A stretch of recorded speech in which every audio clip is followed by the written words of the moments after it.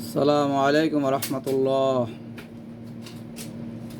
সম্মানিত ইসলাম প্রিয় দর্শক শ্রোতা, আজকে আমরা ইনশাআল্লাহ পৃথিবীতে শিরকের উৎপত্তি, মূর্তি পূজা কিভাবে প্রচলন শুরু হইল এই বিষয় আমরা দুই একটা হাদিস আলোচনা করব ইনশাআল্লাহ। সূরা নূহের 23 নম্বর আয়াতের ভিতরে আল্লাহ রাব্বুল আলামিন ঘোষণা করেন, আউযু বিল্লাহি মিনাশ শাইতানির রাজিম ওয়া ক্বালু লা তাযারুন্না আলিহাতাকুম ওয়া লা তাযারুন্না ওয়াদ্দান ওয়া লা সুওয়া'আন ওয়া লা ইয়াগুসা ওয়া ইয়াউকা ওয়া নাসরা। আল্লাহ রাব্বুল আলামিন বলেন, তারা বলেছিল, কি বলল? তোমরা তোমাদের উপাস্যদেরকে ত্যাগ করো না এবং ওয়াদ, সুয়া, ইয়াউক এবং নাসরকে তোমরা পরিত্যাগ করো না। এখন ওয়াদ, সুয়া, ইয়াগুস এবং কি নাসর এগুলা সম্পর্কে হাদিসে এসেছে। আমরা হাদিস বর্ণনা করার পরে, আলোচনা করার পরে ইনশাআল্লাহ এটা কি খোলাসা হয়ে যাবে। এই নামগুলা হযরত নূহ আলাইহিস সালাতু ওয়াস সালামের যুগে আপনার এগুলা ছিল অনেক বড় বড় আল্লাহওয়ালাদের নাম।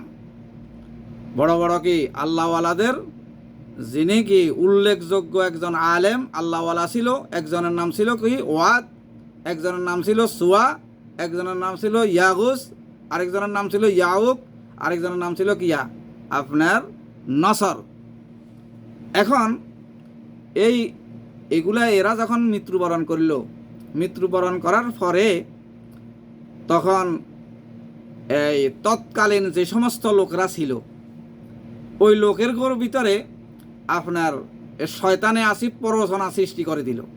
বলল, দেন এগুলা তো অনেক বড় আল্লাহওয়ালা, যে তোমরা এগুলা যে সমস্ত জায়গাতে বসে বসে মানুষদেরকে বুঝাইতো, দিনের দিকে ডাকতো, তাদের যে সমস্ত আস্তানা, ওই আস্তানাগুলার ভিতরে তোমরা কি করো, ওই আস্তানাতে কি তাদের মূর্তি বানায়, ছবি বানায় কি রেখে দাও। একথা যখন শয়তানে যখন এটা মানে কি আপনার সুন্দরভাবে মানুষেরকে বুঝাইল, তখন মানুষের অন্তর এটা প্ররোচনা সৃষ্টি করে দিল।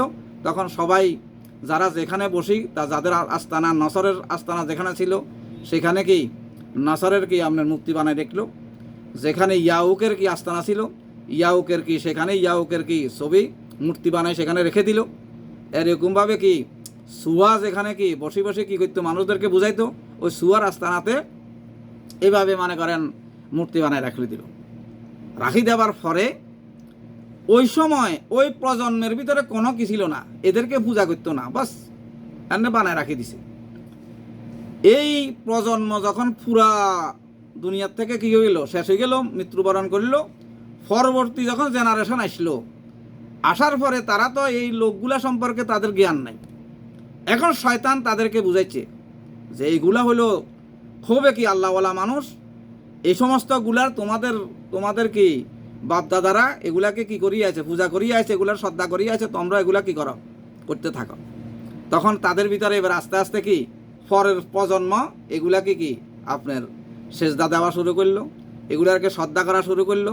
এভাবে মানে করেন এই মানে করেন মূর্তি পূজা কি শিরক শুরু হয়ে গেল। এখন এই মূর্তিগুলার নামের হরে তৎকালীন আরব আমিরাতের ভিতরে কি আপনার এগুলা বিভিন্ন জায়গায় এবারে আপনার স্থাপন শুরু করে দিল। ওই কথাটা বুখারীর একটি হাদিস হযরত ইবনে আব্বাস রাদিয়াল্লাহু তাআলা আনহু থেকে বর্ণিত। আন ইবনে আব্বাসিন রাদিয়াল্লাহু আনহু সারাতিল আওসানুল্লাতি কানাত ফি কওমি নূহিন ফিল আরবি বাদু আম্মা ওয়াদুন কানাত লিকালবিন বিদাউমাতিল জান্দালে ওয়া আম্মা সুওয়াউন কানাত লিহুদাইলিন ওয়া আম্মা ইয়াগুসু ফাকানাত লিমুরাদিন সুম্মা লিবানি গাতিফিন বিল জাওফি ইনদা সাবাইন ওয়া আম্মা ইয়াউকা ফাকানাত লিহামদানা ওয়া আম্মা নাসরুন ফাকানাত লিহিমিয়ারা লিআলে জিল কুলাই ওয়া নাসরান আসমাউ রিজালিন সালিহিন মিন কওমি নূহিন ফালাম্মা হালাকু আওহা শাইতানু ইলা কওমিহিম আন আনসিবু ইলা মাজালিসিহিম আল্লাতী কানু ইয়াজলিসুনা আনসাবান ওয়া সাম্মুহা বিআসমাইহিম ফাফআলু ফালাম তু'বাদ হাত্তা ইযা হালাকা উলাইকা ওয়া তুনসাখুল ইলমু আবুদাত রাওয়াহুল বুখারী। হযরত আব্দুল্লাহ ইবনে আব্বাস রাদিয়াল্লাহু তাআলা আনহু হইতে বর্ণিত এই হাদিসটি।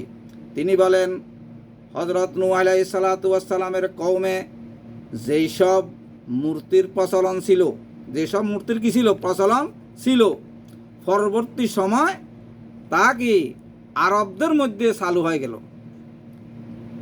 ওয়াদ ছিল কালব গোত্রের আপনার দেব মূর্তি, আর দাওমাতুল জান্দাল নামক কি স্থানে এটা কি অবস্থিত ছিল।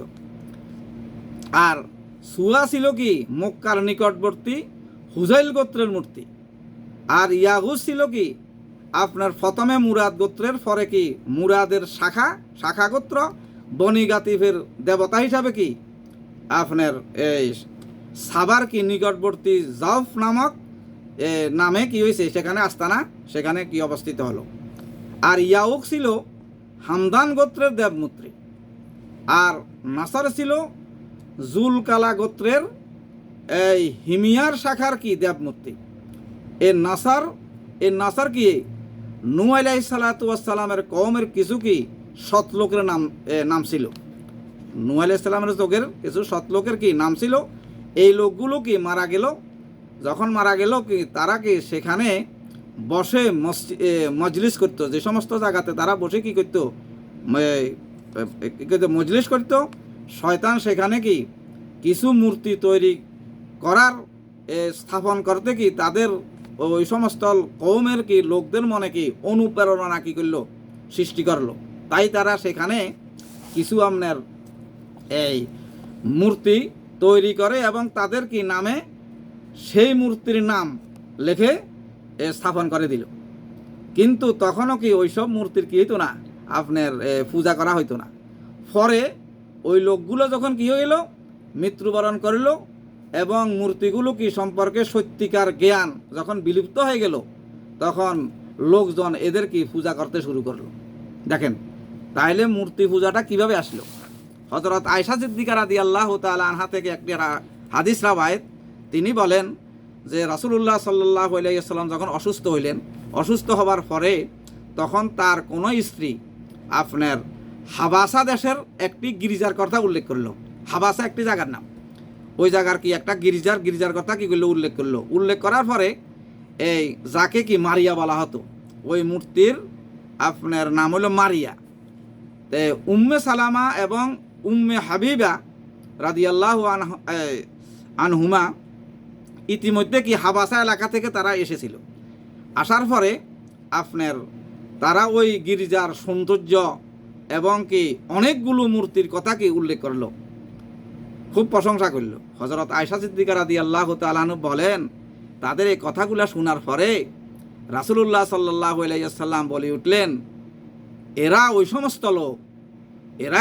ওই সমস্ত লোক যখন তাদের মধ্যে কোনো সৎ ব্যক্তি অথবা সৎ বান্দা যখন কি হয় মারা যায়, তখন তারা কি তার কবরের উপর মসজিদ ইবাদতখানা কি তৈরি করে নিত। তাতে কি ছবিগুলো তারা কি তৈরি করে রাখতো। আল্লাহ রাব্বুল আলামিনের নিকট কিয়ামতের দিন এরাই হবে সবচেয়ে নিকৃষ্ট সৃষ্টি। এটা বুখারী এবং মুসলিম দুনো জায়গাতে কি রাওয়ায়াত। আন আয়েশা রাদিয়াল্লাহু আনহা ক্বালাত লাম্মা কানা মারিদান নবী সাল্লাল্লাহু আলাইহি ওয়াসাল্লাম তুযাকিরু বাদু নিসাইহি কুনাইসাতান বিআরদিল হাবাশা ইউকালু লাহা মারিয়াতুন ওয়া কাদ কানাত উম্মু সালামাতা ওয়া উম্মু হাবিবাতা কাদ আতাতা আরদাল হাবাশা ফাযাকারনা মিন হুসনিহা ওয়া তাসাবিরাহা ক্বালাত فقال النبي صلى الله عليه وسلم إن أولئك إذا كان فيهم الرجل الصالح فمات بنوا على قبره مسجدا ثم صوروا فيه তিলকা সুয়ারু উলাইকা শিরারুল খালকি ইনদাল্লাহি ইয়াউমিল কিয়ামাহ। রাওয়াহুল বুখারী ও মুসলিম। এই দেখেন, এই দুটি হাদিস যদি আমরা বুখারী এবং মুসলিমের সহিহ হাদিস, এই হাদিসগুলা যদি একটু করে হাদিসের সাথে যদি আমরা মিলাই, আল্লাহ রাসূলের বাণীর সাথে যদি আমরা মিলাই, তাহলে আজকে আমাদের ভারত উপমহাদেশের ভিতরে যে সমস্ত শিরক, মাজার পূজা, যেভাবে কি মুক্তি পূজা কি চলতেছে, এগুলা এটার সাথে মিল হয় কিনা দেখেন। আপনার বড় বড় আল্লাহওয়ালা ব্যক্তিরা কি দুনিয়ার থেকে চলে গেছে, যেখানে আসি বসছে সেখানে কি তাদের ওই আস্তানাতে কি করে দিল, আমরা আমাদের ভারত উপমহাদেশের ভিতরে ওই হযরত নূহ আলাইহিস সালাতু ওয়াস সালামের যুগ থেকে যেভাবে হয় আসছে, এভাবে কি আমাদের দেশেও কি সেগুলা যে আল্লাহওয়ালা ব্যক্তি যেখানে বসছে, যেখানে কি একটু কি আপনার আস্তানা ছিল, সেখানে আমাদের দেশেও কি এভাবে কি আপনার প্রথমে মসজিদ তৈরি করছে, তারপরে তাদের কি সেখানে কবরের নামের হরে একটা কবর তৈরি করে দিছে, তাদের কি কিছু সূরা তৈরি করে দিছে। তখন পরবর্তী আস্তে আস্তে কি শিরক শুরু হয়ে গেছে, যেরকমভাবে শুরু থেকে এইভাবে কি শিরকের উৎপত্তি।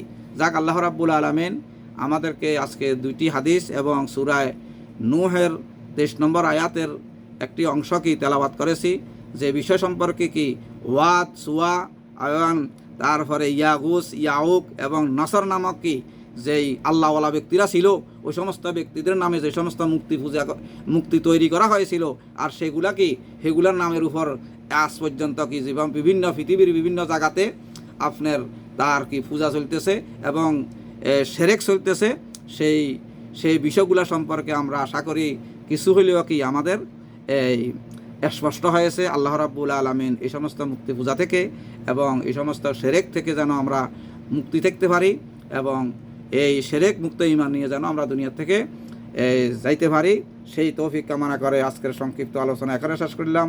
ওয়া মা আলাইনা ইল্লাল বালাগ। আসসালামু আলাইকুম ওয়া রাহমাতুল্লাহি ওয়া বারাকাতুহু।